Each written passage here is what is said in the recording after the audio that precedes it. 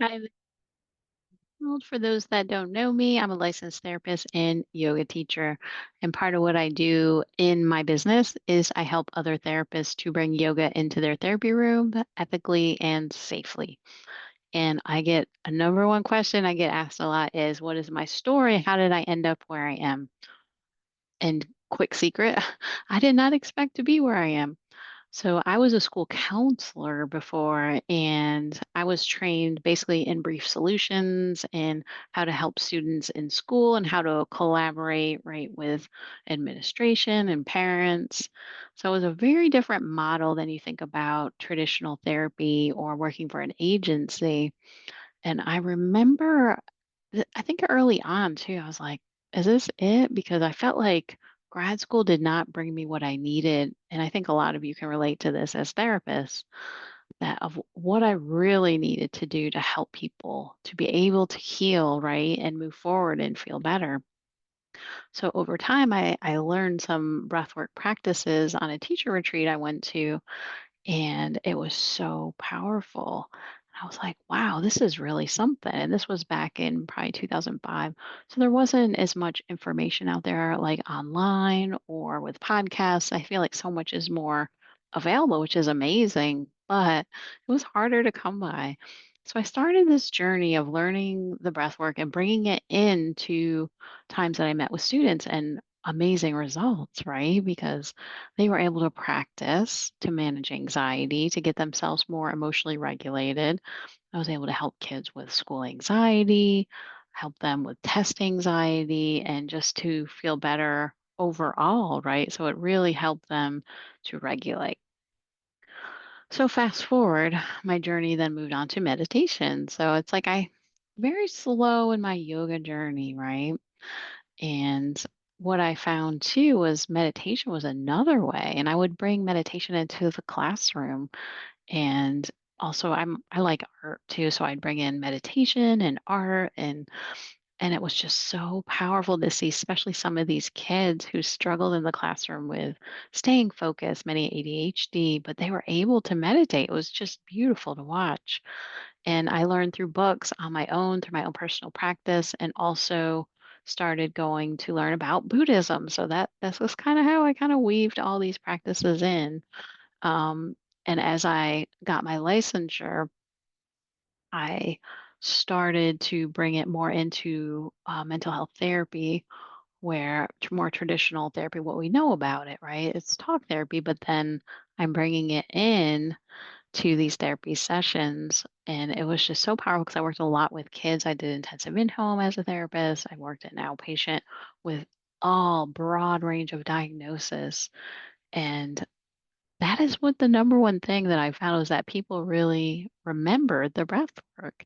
And I found like this is like the core of what I do as a therapist is the foundational practices of learning breath work and meditation. I'm going to get to yoga in a moment as far as asana movement practice.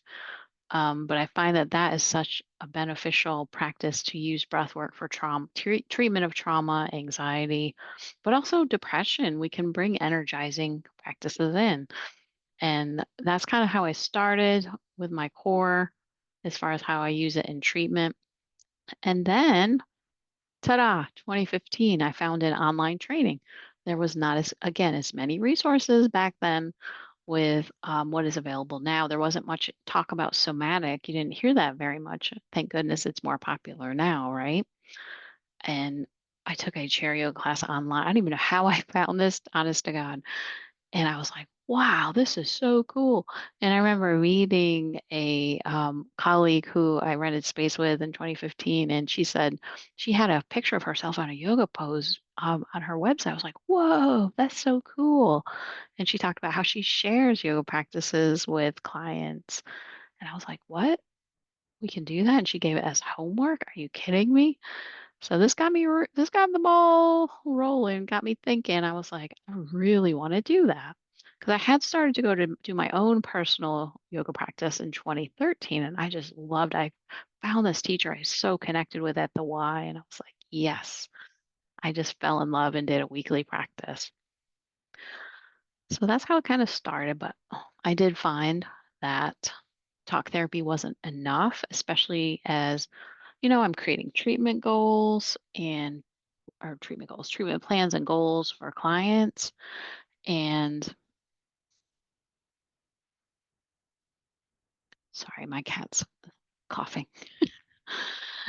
And realize that people would hit what I call the CBT wall, and that no matter how much talk therapy that people made progress, but it only got so far. How do we get over that wall, right, of traditional talk therapy? The missing piece is the body. Now, we started to, like I said, bring in breath work, meditation, still needed something more. What I found was that breath work wasn't enough for many people. They still needed something more, and breath work can be triggering for some people that it can actually put their nervous system into that sympathetic flight or fight response, which is not what we're trying to do. We're trying to help them find regulation and relief, right? So it's like, so this is the missing piece. Now, just to rewind too, there was not much support for therapists. Like, how do we, okay, you gave me a script. Great. It was like I was puzzled. Like, I don't understand. Like, we weren't trained in this. Yeah, you showed me how to do the movement. You showed me this. This was from a therapist, by the way, but there was just the missing piece, the gap, right, between yoga world, counseling world. How do we cross that gap? What do we do? So it got me thinking as I kept moving along. I never wanted to be a yoga teacher, to be honest with you. That was never a goal. It's just kind of how I ended up because I loved it so much. I remember standing there in subtle yoga when I started to take that in 2018. I was like, I looked around and I was like, every training starts with grounding. Every training starts with yoga. This is my people. Yes, this is where I belong. This is what I want to be doing. And it just hit something hard in my heart in a good way. Just like I feel so connected and aligned with bringing the body into therapy with the thought of that, right? But then once I got my certification in 200 hours in 2019, I realized there was missing pieces with that, and I learned so much from Christine Weber. Don't get me wrong, but she's not a therapist as well, and she had someone there who would help, but there is a different way to bring yoga in the therapy room. I think that was missing, like the specifics of how and when. How do we ethically do this so we protect ourselves and our license? How do we make it safe for clients? Emotionally safe wasn't really talked about. So I think that's kind of what drove me, right? And I created my podcast in 2020, the Holistic Counseling Podcast, which was fun, but I was missing the yoga, if that makes sense. So that's why I did the rebrand last year. I did Yoga in the Therapy Room podcast because the reason I started to go in that direction was the number one thing that all the focus groups and feedback from listeners, people wanted to know was, how do I bring yoga into sessions like you do? How do I do that? So I was like, huh, I always wanted to do a course. Maybe this is it. So it took some time. I got more trainings, did more research, did all the back work, tested some things as far as what is the best way to bring it in session. And I failed sometimes, I'm not gonna lie. There were some times that it didn't land with clients and the way I brought it in, my language, learned about trauma informed yoga, which was beautiful, and really dove into those practices. And as I created my training too, figured out some really helpful ways and what that could sound like, feel like, look like. So I created my yoga basics course and I've been doing it ever since. So it's been about 10 years. Next year will be 11 years that I've been doing this, and I love it so much. And this is what has been my guiding energy is that can we holistically, I've always been more holistic in my approach. Ever since grad school, I heard about holistic. I was like, what? This sounds amazing. And how can we give this gift to more therapists, right? So to be that support, I'm very passionate about this, as you can tell, because I have seen the results. And it is so powerful to see clients be able to drop in, especially you get those clients who are up here and they're thinking and they're spinning and ruminating and overanalyzing and you ask them, what do you notice in your body? They're like, I have a body? Like what? Where? I noticed my head. So many times they struggle to drop in.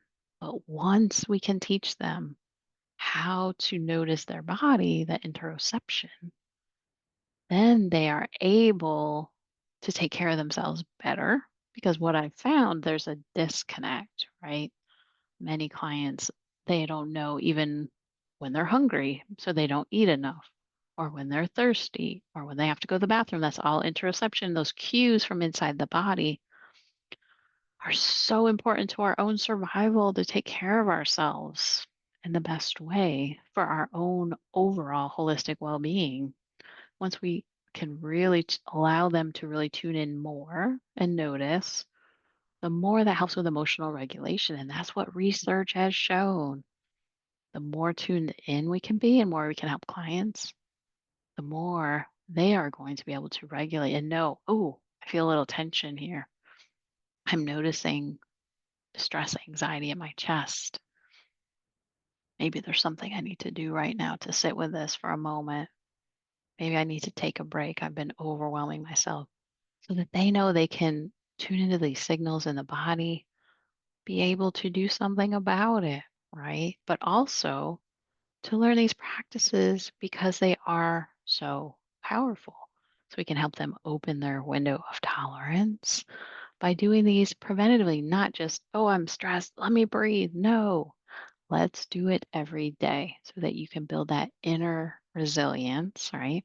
Developing a yoga practice too, if they want to do that, which once they start doing these practices, I find that they're like, I want to learn how to do this more. And the clients who are able to do it more regularly, they are able to make neurobiological changes in their brain. You're able to rewire your brain. I love this stuff. So I'm a neuro nerd too. So that's kind of my story of how that has kind of evolved, been a very slow pacing and trying to figure this out. And then once I kind of hit the ground running in about 2017, I was just like, this is what I want to do. I want more. I want to keep learning and keep helping therapists and kind of evolving, right, with bringing this out into the world. But yeah, so today is October 14th, 2025, and this is my launch week, by the way. So I am launching a membership for therapists that want to learn more and grow about bringing yoga in your therapy room. And what I really have noticed too is the community piece is missing. Many people get the yoga training and then it's like, okay, go be. And you're like, wait, what? I don't have any support. I have questions. And many therapists, we all want to do the right thing. And that's what I hear so much is people don't want to cause harm.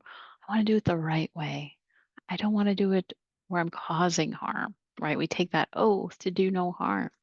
So I think that's the hesitation, the fear gets in the way. So how do we overcome the fear, right? And that's why I created this community to give some time for questions. So community calls once a month, case consultation that is missing. And I think we need to be able to have that space to bring a case to say, what would you do from a yogic perspective? Is there a way to bring this in? And what are some other yoga practices? So I bring in tutorials each month, and it's not overwhelming amount of material. That's what I also find is memberships often is too much.